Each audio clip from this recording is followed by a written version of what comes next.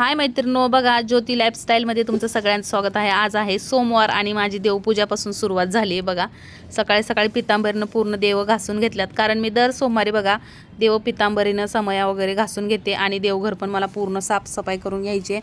आणि दादा काय आज बघा आमचा शाळेत गेला नाही, कारण रविवारची सुट्टी तर होतीच, पण दाजी हाफ डे गेली होती कंपनीत, तर हा पण गेला होता। आणि काल काय झालं, गारट्यामध्ये गेला आणि हवेने त्याला सर्दी झाली बघा। आणि दीदी काय आज कॉलेजला गेली नाही, दीदी पण आज घरीच आहे। तर म्हणलं बघा देवपूजा करते आणि आमच्या घरी ना व्हाईट कलरची रांगोळी संपली आहे बघा। तर मला काय सुचना रांगोळी कशी काढायची, तर मी काही काढते, मलाच कळना की नक्की मी काय करते।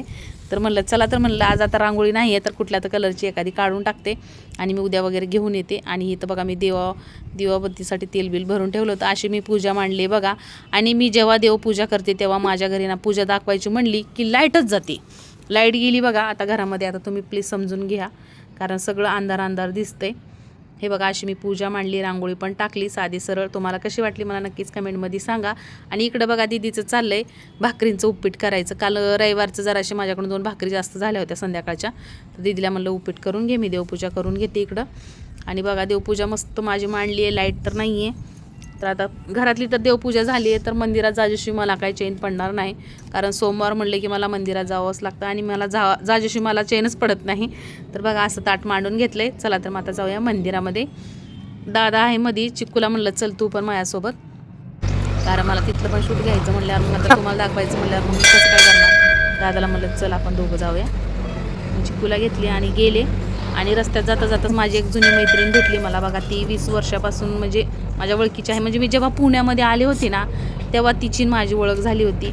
माझी भाषा काहीतरी वेगळीच होती, नांदेड भाषा, आणि तिची इकडची भाषा वेगळीच होती। तर ती मला खूप हसायची, मी पण तिच्या भाषेवर मी हसायची, माझ्या भाषेवर ती हसायची। खूप मस्ती मजाक खूप करायचो आम्ही। पण ती मला खूप दिवसांनी मंदिरात भेटली ना, त्यामुळं मग खूप आनंद झाला। बाई म्हणलं, आता ती मला म्हणायला लागली अगो बाई तुमच्यात किती बदल झाला आहे, तुमच्या भाषेत किती बदल झाला आहे, असं त्या म्हणायला लागल्या मला। त्यामुळं मला पण खूप भारी वाटलं। बाई म्हणलं, मी पण म्हणलं विचार केला, मी पण नाही का माझी नेमरी थोडं रिटर्न नेली। तर बाई म्हणलं मी खरंच मी पुण्यात आल्यावर माझी काय भाषा होती आणि आता मी काय तर थोडं वेगळं बोलायला लागली नाही का।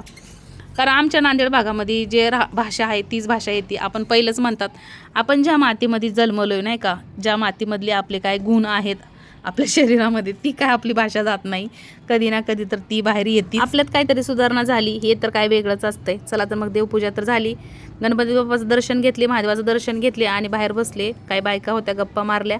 आजचा मिनी ब्लॉग कसा वाटला नक्कीच सांगा। Bye bye.